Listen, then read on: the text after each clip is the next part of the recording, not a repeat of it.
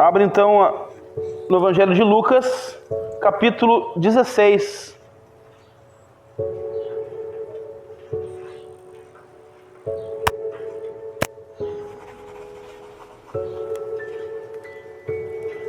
Lucas 16, nós vamos ler a partir do versículo 19.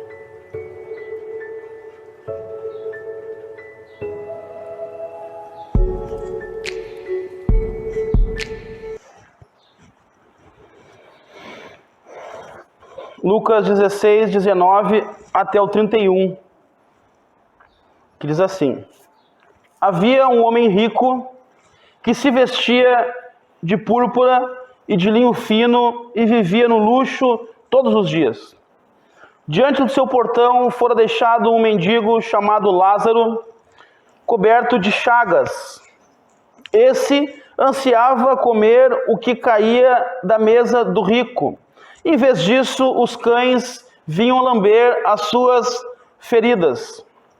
Chegou o dia em que o mendigo morreu e os anjos o levaram para junto de Abraão. O rico também morreu e foi sepultado. No Hades, o inferno, onde estava sendo atormentado, ele olhou para cima e viu Abraão de longe, com Lázaro ao seu lado. Então chamou: Pai Abraão, tem misericórdia de mim e manda que Lázaro molhe a ponta do dedo na água e refresque a minha língua, porque estou sofrendo muito neste fogo. Mas Abraão respondeu: Filho, lembre-se de que durante sua vida você recebeu coisas boas, enquanto que Lázaro recebeu coisas más. Agora, porém, ele está sendo consolado aqui e você está em sofrimento. E além disso, entre vocês e nós há um grande abismo, de forma que os que desejam passar do nosso lado para o seu, ou do seu lado para o nosso, não conseguem. Ele respondeu: Então eu lhe suplico, pai, manda Lázaro ir à casa de meu pai, pois tenho 5 irmãos. Deixe que ele os avise, a fim de que eles não venham também para este lugar de tormento. Abraão respondeu: eles têm Moisés e os profetas, que os ouçam. Não, pai Abraão, disse ele, mas se alguém de dentre os mortos fosse até eles se arrependeriam. Abraão respondeu: se não ouvem a Moisés e aos profetas, tampouco se deixarão convencer, ainda que ressuscite alguém dentre os mortos. Amém. Queridos,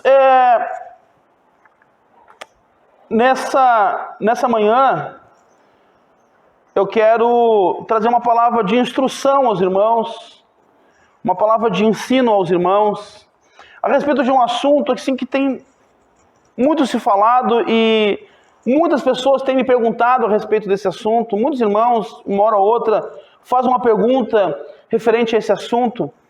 Então, nós vamos hoje tratar sobre esse assunto, que é o destino eterno. O destino eterno. Onde nós vamos trabalhar, e eu quero responder 5 perguntas que normalmente fazem sobre esse assunto nessa mensagem. Então aqui nós estamos perante a uma mensagem, a um texto que Jesus está contando. Alguns dizem que é uma parábola, outros dizem que é uma história, porque ele está vindo contando algumas parábolas e ele entra nessa, mas essa ele não faz menção que é uma parábola. Geralmente ele diz: o reino do céu é semelhante a, e conta a parábola. Aqui não, aqui ele já chega contando o que está acontecendo.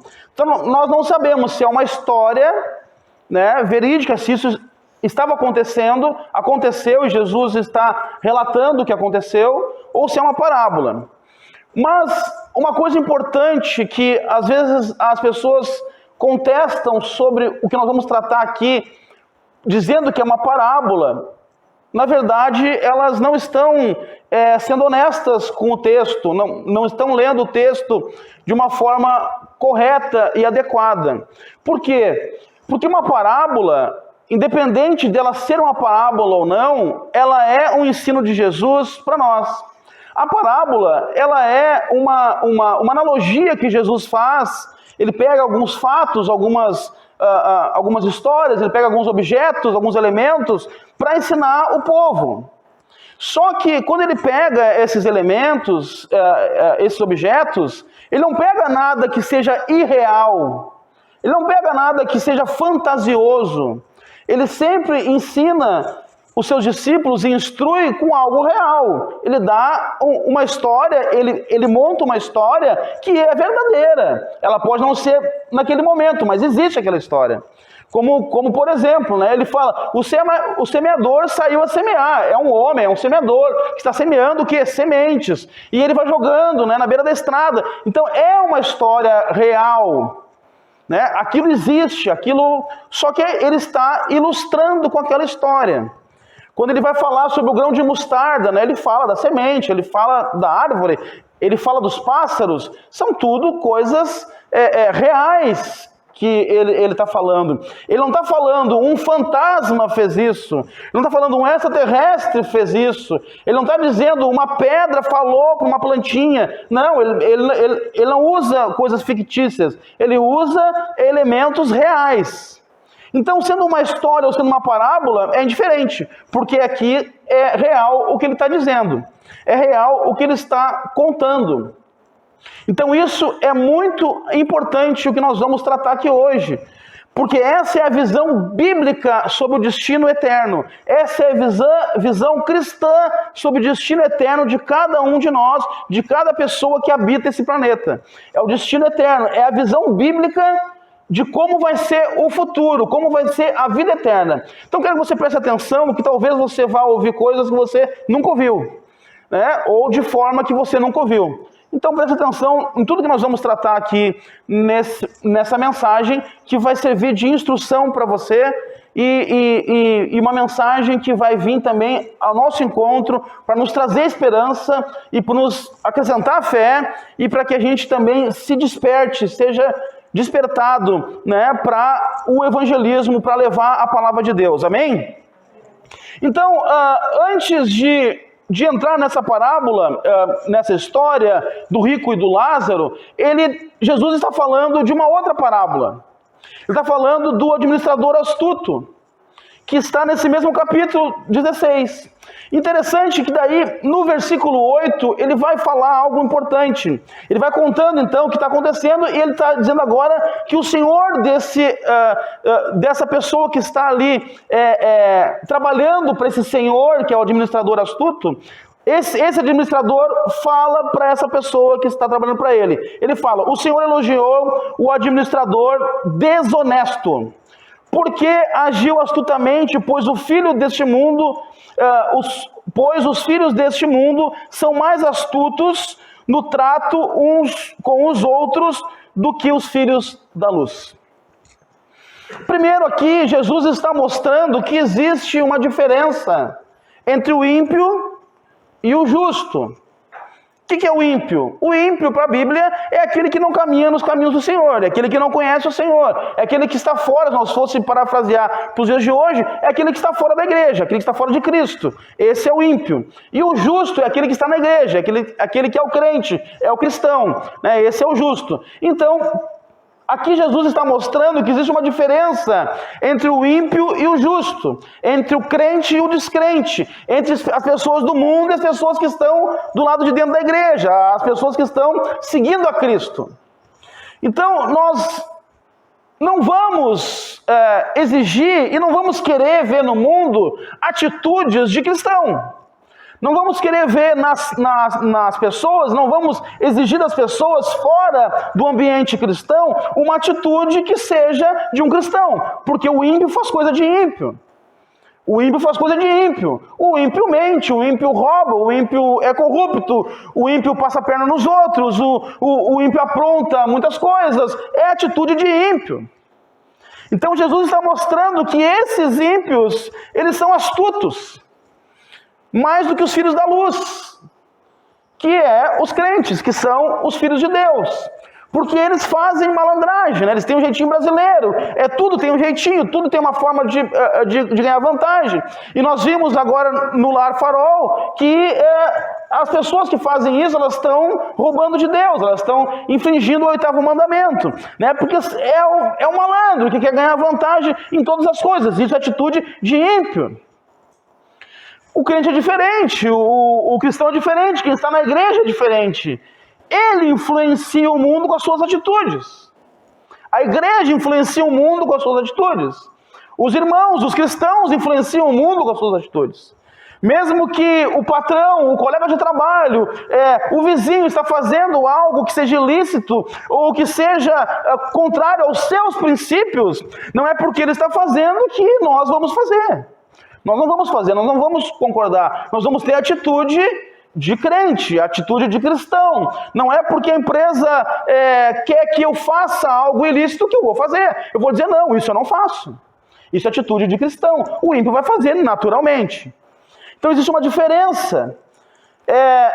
Porque as pessoas querem acumular bens, querem ser ricos, querem ansiosamente, desesperadamente ganhar dinheiro para ser rico, para mudar de vida, para ser alguém bem-sucedido. Porque hoje você vai falar com as pessoas, a primeira coisa que ela diz, se ela está ganhando bem, se ela está indo bem no trabalho, diz, olha, Deus está me prosperando, Deus está me abençoando. Às vezes a pessoa se desvia dos caminhos, está fora da igreja e está bem de vida financeiramente, diz, olha, Deus está me abençoando fora da igreja. Eu estou ganhando dinheiro, eu estou bem financeiramente. Mas isso não quer dizer nada. Não quer dizer nada. Isso quer dizer que a pessoa trabalhou e que ela está ganhando para o seu sustento. Parabéns, que bom. Independente de ser a prosperidade divina ou não. Ele está trabalhando e está ganhando dinheiro. Mas o que nós precisamos, nós cristãos, não é ser rico de dinheiro, né? É ser rico de reputação, é ser rico de bênção, rico da presença de Deus, adquirir tesouro no céu. Mateus 6,19 e 20 diz assim, não acumule para vocês tesouro na terra, onde a traça e a ferrugem destroem, e onde os ladrões arrombam e furtam. Mas acumule para vocês tesouro no céu, onde a traça e a ferrugem não destrói, e onde o ladrão não rouba e não furta. Porque às vezes nós temos esse engano. Achamos que nós podemos deixar o carro aberto numa rua perigosa que ninguém vai tocar. Não, aqui diz, a Bíblia fala, Jesus dizendo que não faça isso, porque o ladrão pode roubar. Acumule no céu, onde ele não vai roubar. A nossa riqueza está em outro lugar, está no céu. No versículo 15, fala que Jesus dizendo, vocês são os que se justificam a si mesmo, aos olhos dos homens, mas Deus conhece o coração de vocês. Deus conhece o coração do homem.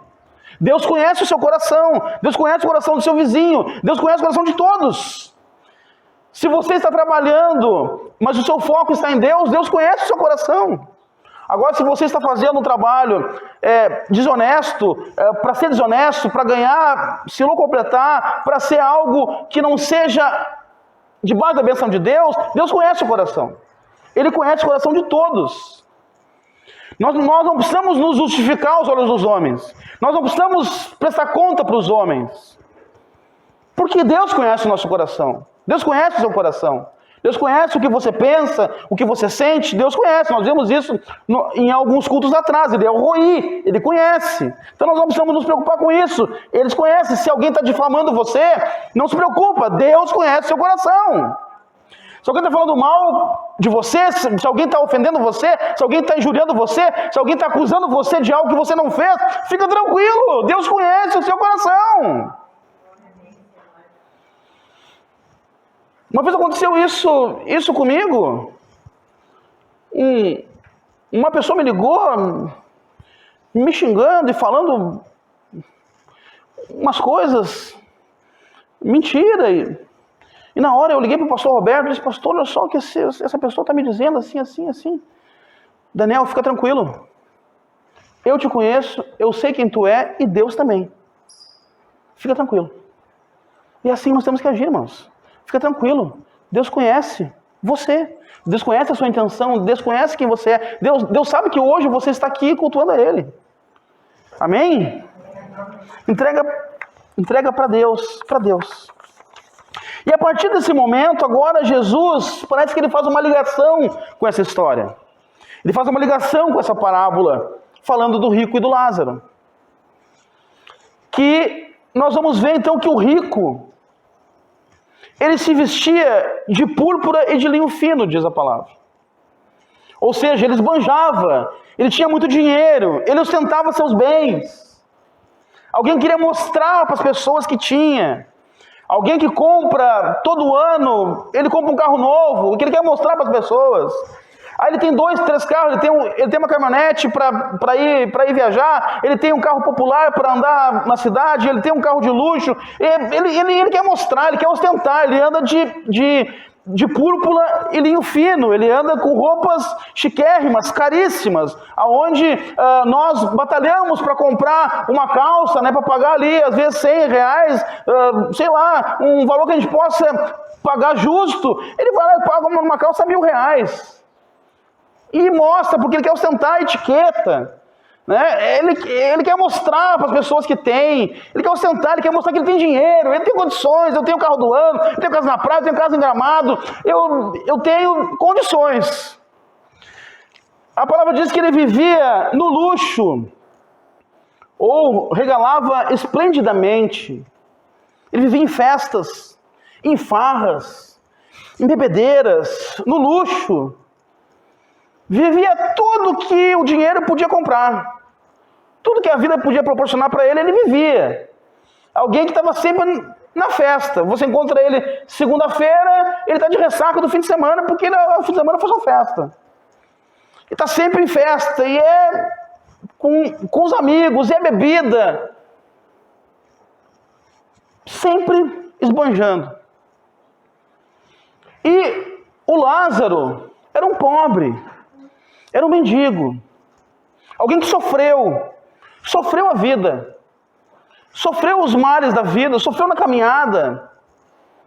Nós podemos comparar Lázaro, alguém que viveu com uma doença a vida toda, alguém que viveu com condições difíceis a vida toda, que batalhou a vida inteira, alguém que suou todos os dias o suor do rosto para ganhar o seu pila, para ganhar o seu pãozinho de cada dia, para poder comprar, fazer um churrasquinho no final de semana, e olha lá, hoje é só um salsichãozinho ali e um franguinho, né?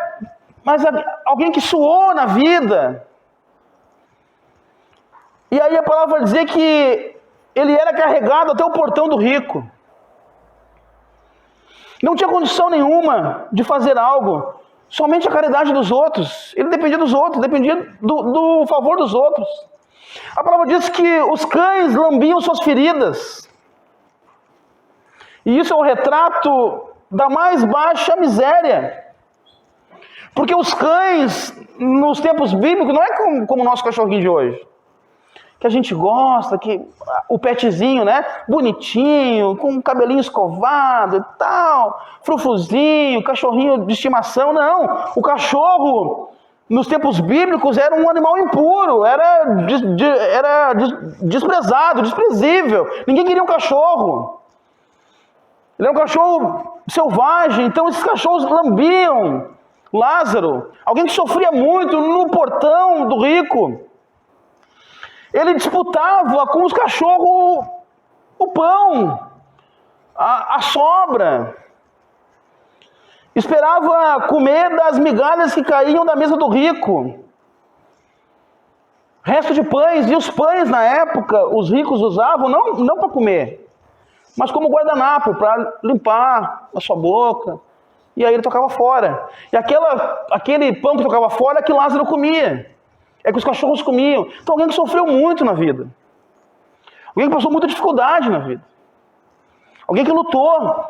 Cada um de nós aqui, nós temos a nossa luta diária. Nós temos a nossa batalha, né? Pelo dinheiro, para melhorar a nossa casinha, para adquirir um carro para quem não tem, melhorar às vezes quando pode, comprar nossa roupa. Nós temos a nossa luta diária. E tem pessoas que têm uma luta ainda mais acirrada, ainda mais difícil. ainda mais dificultosa. E Lázaro, então, está retratando essas pessoas que vivem uma vida difícil. E aí, agora vai entrar na vida após a morte. Que dinheiro, riqueza, bens, muitas vezes nós somos enganados por isso. E nós olhamos para uma pessoa que está bem de vida e nós almejamos aquilo achando que aquilo é bênção. Que aquilo é bênção de Deus, que aquilo é presença de Deus. Olhamos para alguém que tem um pouco mais do que nós e achamos que, puxa, Deus está abençoando, e por que eu não sou abençoado? Porque Deus, Ele abençoa todos. Existe algo chamado graça comum, que Deus abençoa todos. Ele precisa derramar a sua graça comum sobre todos. Para quê? Para que o sol nasça, a chuva molhe as plantações, para que surjam os cientistas que descobrem a vacina. Então é a graça comum, ele derrama sobre todos, não só sobre o crente. Isso qualquer um pode ter. Qualquer um pode ter, porque é o que faz o mundo girar, é o que faz o mundo andar. Porque se Deus fosse só pela sua justiça, o mundo estava destruído, acabou. Não, mas ele tem a graça comum, ele derrama sobre todos. Então a riqueza, os bens, não é sinônimo de, nossa, Deus está abençoando demais. Não quer dizer nada. E Jesus fala que é mais fácil o camelo passar pela agulha do que o rico entrar no reino dos céus. Não é por causa do dinheiro. O dinheiro não é o problema. O problema é o amor ao dinheiro. O problema é a sua vaidade, o seu orgulho. No versículo 14, que nós vimos ali do administrador astuto, diz que os fariseus eram amantes do dinheiro. Pois o amor ao dinheiro é a raiz de todos os males. Algumas pessoas, por cobiçarem o dinheiro, desviaram-se da fé e atormentaram-se a si mesmas com muitos sofrimentos. 1 Timóteo 6, 10, 10. Porque o rico vivia afastado de Deus, e por isso que o rico não vai para o céu, porque ele vive afastado de Deus. Ele vive na farra, ele vive na festa, ele vive esbanjando, ele não ajuda ninguém, ele não ajuda o pobre, ele esbanja, ele ajuda assim, ó, a hora que a sua calça rasgar, fizer um furo no joelho, aí ele dá. A hora que a meia não serve mais, está toda langanha, aí ele doa. A hora que o sapato fez um buraco, aí ele dá. Porque ele não ajuda, ele é ganancioso, ele é egoísta, ele é avarento. Esse é o problema do rico. Porque o rico vive afastado de Deus, não por ter dinheiro, mas por ter todos esses pecados evidentes. Ele era um ímpio. Agora é importante, irmãos, eu quero chamar a atenção de vocês, nós precisamos cultivar e preservar a sã doutrina. Nós precisamos preservar a sã doutrina. Nós precisamos lutar pela sã doutrina. 2 Timóteo 4,3 diz: pois virá o tempo em que não suportarão essa doutrina. Pelo contrário, sentindo coceira nos ouvidos, segundo os seus próprios desejos, juntarão mestres para si mesmos. Amados, as redes sociais, elas vieram e elas são uma bênção, quando nós sabemos usar.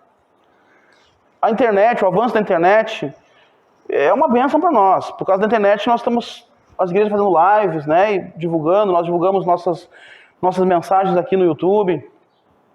Uma bênção, mas junto com isso, veio muita coisa ruim. Muita coisa ruim. Trouxeram coisas horríveis.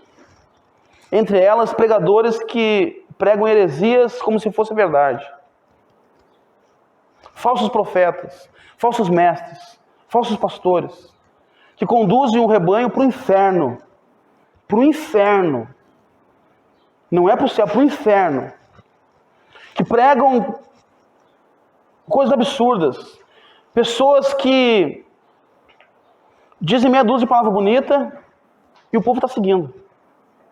Porém, essas palavras não salvam, tampouco instruem na caminhada. Então, cuidado, meus irmãos. Cuidado com o que você está vendo, cuidado com o que você está ouvindo. Infelizmente, não é tudo a mesma coisa. Infelizmente, não é porque tem placa de igreja que é igreja. Infelizmente, não é porque é pregador que é pregador da palavra. Então, hoje as pessoas estão seguindo os coaches, os pregadores bonitinhos da mídia, que fala coisas boas aos ouvidos, mas está levando as pessoas para o inferno. Então, mais uma vez, eu recomendo você, não ouça ninguém além do seu pastor. Você tem um pastor para isso. Um pastor que foi colocado aqui para instruir você na caminhada. Não ouça, você pode criar uma confusão na sua cabeça. Porque vai ter alguém que vai pregar diferente, vai falar algo diferente, e você, e agora? E nós temos a tendência, nós somos pecadores, nós temos a tendência de agradar nosso ouvido aquilo que nos agrada. A gente gostar daquilo que concorda com o que a gente pensa. Mas muitas vezes não é a palavra. Nós temos um pregador famoso, famosíssimo, que a semana passada agora falou uma besteira horrível. A internet foi bombardeada com a mensagem dele e a crítica com que ele falou. Dizendo que a Bíblia precisa ser reinventada, precisa ser reescrita, precisa ser reinterpretada, dizendo que a Bíblia é insuficiente. Alguém assim famoso, gente, de uma grande influência nacional. Então não ouçam. Não compartilhem vídeos e lives de outras igrejas. Você tem uma igreja. Você tem um pastor. Se quer compartilhar, compartilhe da sua igreja, do seu pastor. Você está divulgando a sua igreja. Você quer que as pessoas venham para a sua igreja. Ou você não quer, você quer que vá para as outras? Não. Se você quer que se pregue a palavra, e nós pregamos a palavra, mesmo que às vezes você saia daqui não gostando do que ouviu, mas foi Deus que falou. Amém? Então, agora eu quero responder essas perguntas rapidamente. Primeira pergunta que é muito feita. Para onde vão os ímpios depois da morte? O texto nos responde. Diz que o rico foi levado para o Hades. Para onde? Para o inferno. Para o lugar de tormento. Queridos, o inferno existe. O inferno é real. As pessoas às vezes querem, não, o inferno é aqui mesmo. Elas querem escapar da verdade. Não, o inferno não é aqui mesmo. Não, o inferno é um lugar... Nós vamos para um hospital depois que morre, depois de tratado. Não vai para o hospital. O ímpio, depois que morre, hoje, se alguém morrer hoje e não está na presença de Deus, não faz parte da igreja de Cristo, não está em Cristo, ela vai para o inferno. Inferno, imediatamente. Não importa se é o seu irmão, o seu pai, a sua mãe, o seu amigo muito querido, a pessoa que você ama demais, não é aquela pessoa que faz caridade, que é boa, ela é ímpia, ela não está em Cristo, ela vai para o inferno. O ímpio imediatamente vai para o inferno. Não existe purgatório, não existe hospital, não existe uma antessala, é o inferno, é o Hades, onde ele fica ali, sofrendo já os tormentos agora. Se alguém morreu agora, ontem, está no inferno, se ela é um ímpio, se ela não está em Cristo. Para algumas religiões, só vai para o inferno quem é terrivelmente pecador, um assassino, um bandido, um estuprador. Não. Basta não crer em Cristo. A palavra de Deus diz que Deus amou o mundo de tal maneira que Ele deu seu único filho para que todo aquele que nele crê não pereça, mas tenha vida eterna. Amém, que bênção. Mas é para todo aquele que nele crê.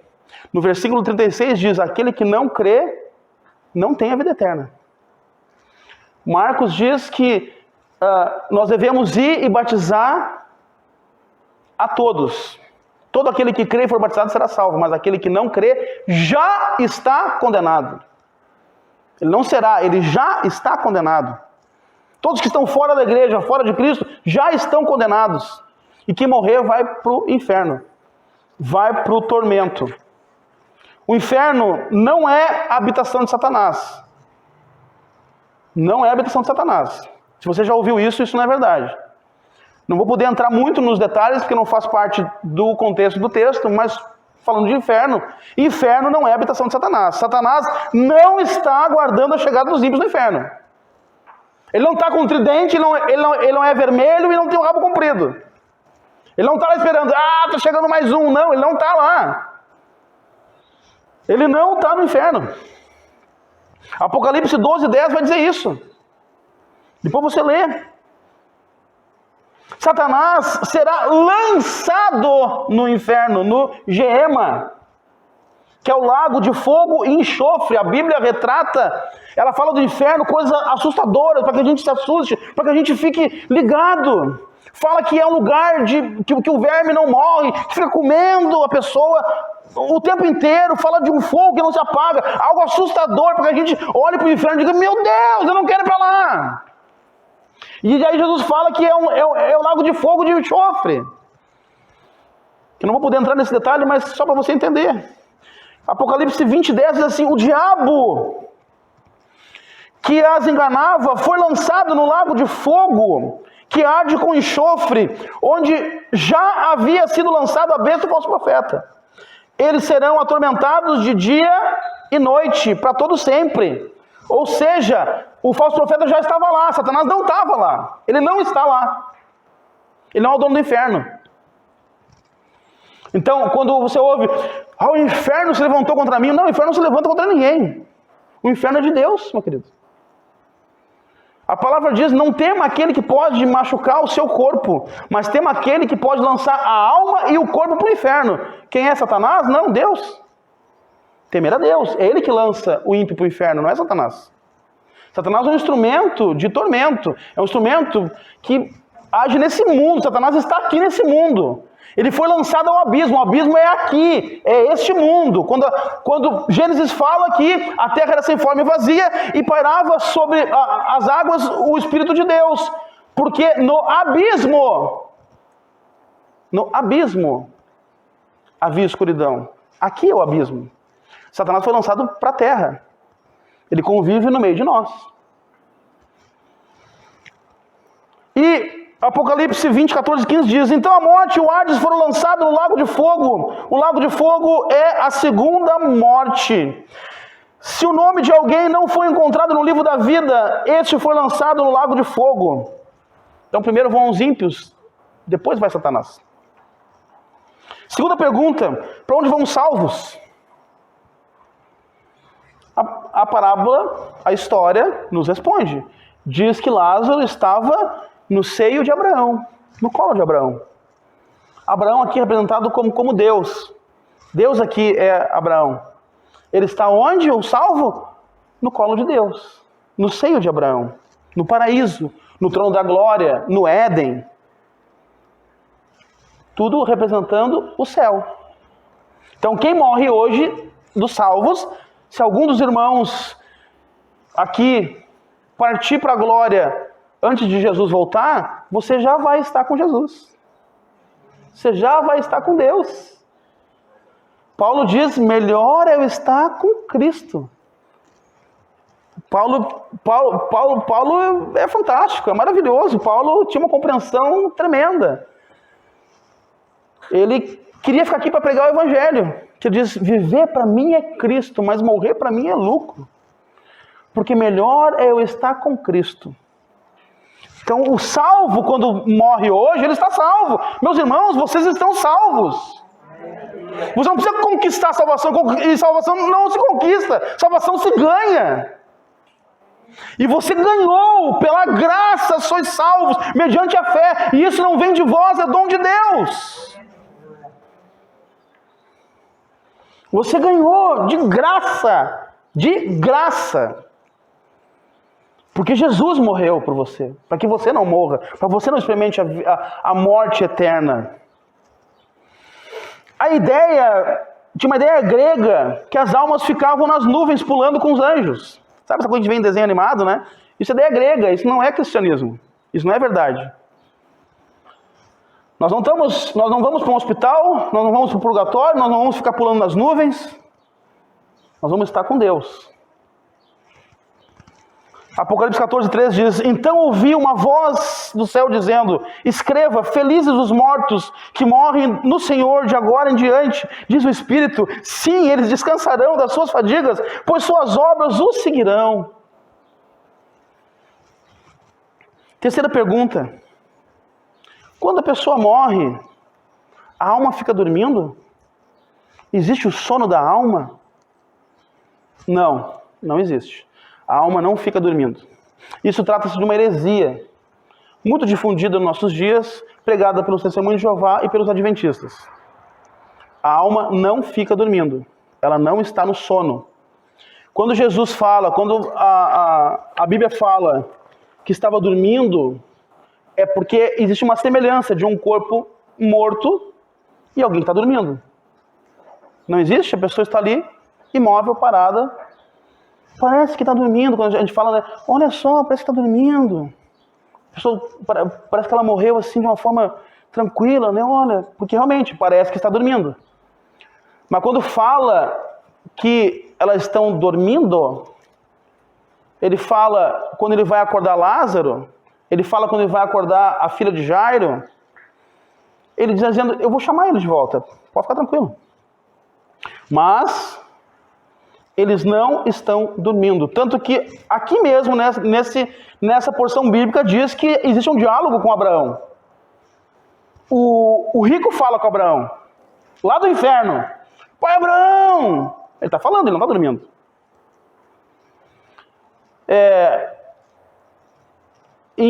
Depois, outras vezes, em Apocalipse, diz que as almas clamavam. Em Mateus 17 também fala que as almas falavam. Porque então a alma não está dormindo, ela está viva. Viva ou no inferno ou com Abraão, com Deus. Quarta pergunta: lembraremos dos vivos? Sim, lembraremos. A palavra diz aqui que o rico pede para Lázaro, pede para que Lázaro volte para falar com os parentes. Ele lembra que ele tinha 5 irmãos. Ele lembra que tinha um pai. Ele lembra dos vivos. Depois da morte nós vamos ter consciência, memória e razão. Não vamos sofrer com isso, nem de saber que tem alguém no inferno. Porque nós não vamos conviver com essa pessoa que está no inferno. Existe, no momento da glória, no momento do juízo final, nós vamos ver quem está sendo condenado, mas nós não vamos viver com eles. Porque a nossa vida não será no céu. Se nós pudéssemos dizer que existe um lugar intermediário, sim, o céu. Porque depois, quando Jesus voltar, todos nós vamos habitar aqui na terra, no novo céu, numa nova terra, com corpo glorificado, com corpo melhorado, com corpo sem doenças, sem males, sem pecado, aqui na terra. Apocalipse 21:4 diz assim: ele enxugará dos seus olhos toda lágrima, não haverá mais morte, nem tristeza, nem choro, nem dor, pois a antiga ordem passou. Quinta pergunta: existe salvação após a morte? Não. Não tem mais salvação. Não tem missa de 7º dia, não tem missa de 30 dias, não tem o que se faça depois da morte para uma pessoa que morreu. Se ela morreu, ou ela está com Deus, ou ela está no inferno. Não tem. No verso 26 diz ao rico, Abraão diz ao rico que existe um grande abismo entre eles. E que ninguém pode passar daqui para lá e de lá para cá. Primeira coisa, nenhum espírito que está no abismo pode voltar para falar com quem está aqui. Ele não pode passar de lá para cá e daqui para lá. Consulta aos mortos, Deus sempre proibiu. Ele não pode vir falar com os vivos, ele não pode vir. Quem vem falar não é o espírito que morreu, são os demônios. A palavra, no versículo 29, diz que a palavra de Deus contém a salvação. Porque Abraão diz para o rico que esses parentes que ele pede para que alguém volte, ele diz: não, eles têm Moisés e os profetas, que o ouçam. O que eles têm? A palavra. Nós temos a Bíblia.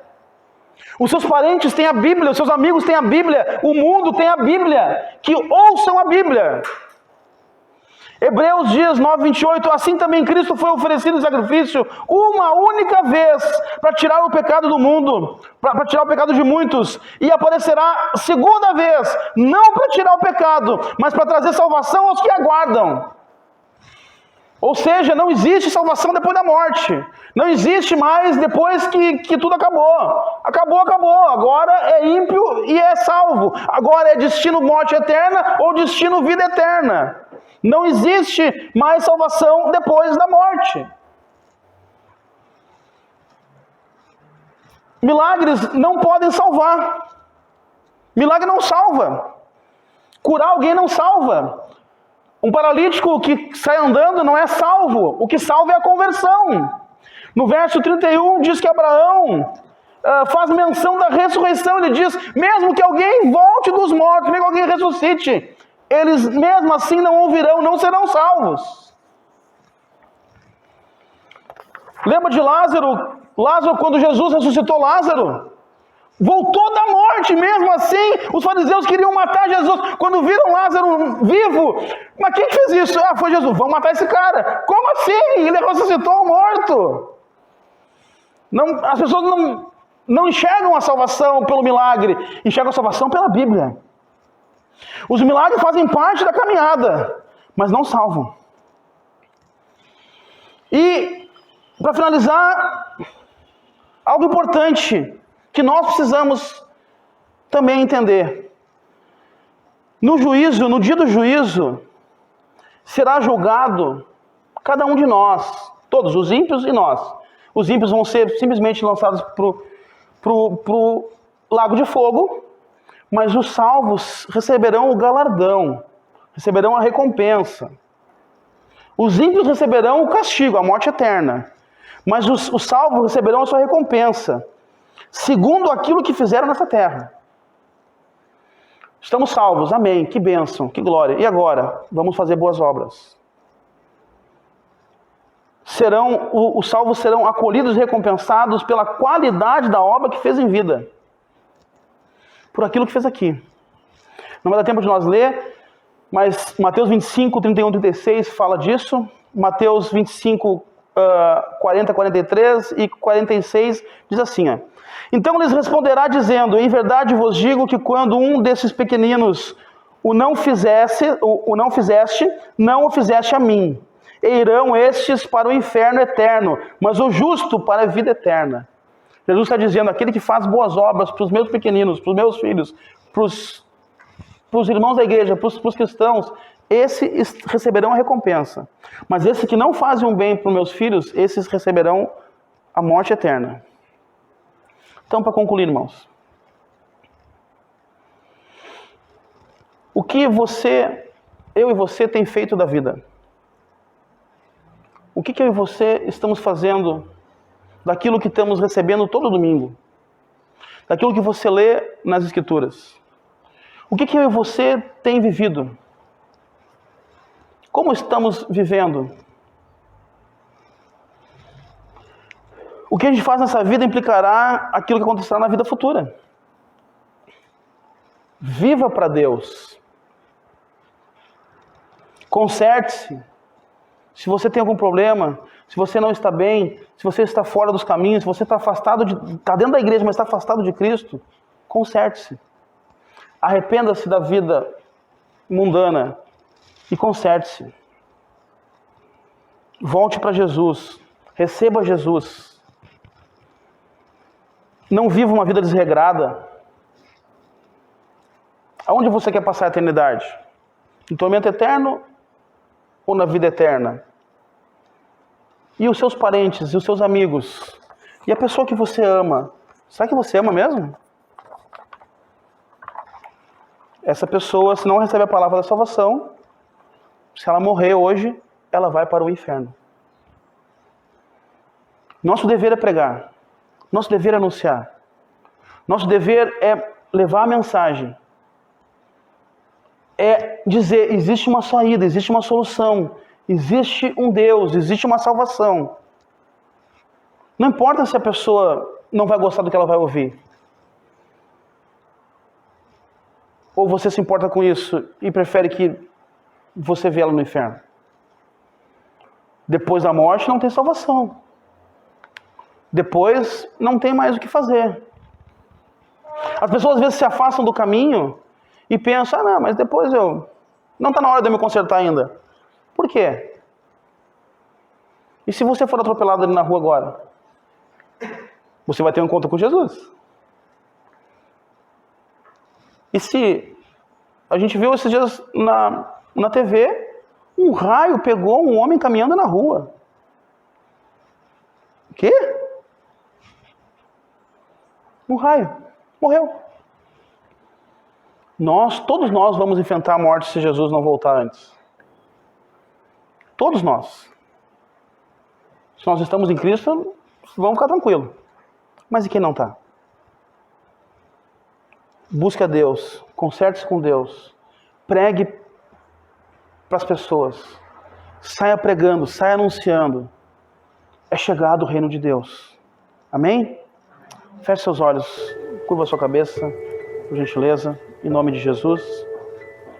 Senhor nosso Deus e Pai, bendito é teu nome, Senhor. Grande é a tua palavra, meu Deus, tudo aquilo que o Senhor está fazendo no nosso meio. Obrigado pela tua palavra, Senhor, que essa palavra caia em boa terra, que possamos entender, Senhor, as verdades bíblicas e o fundamento bíblico, Senhor.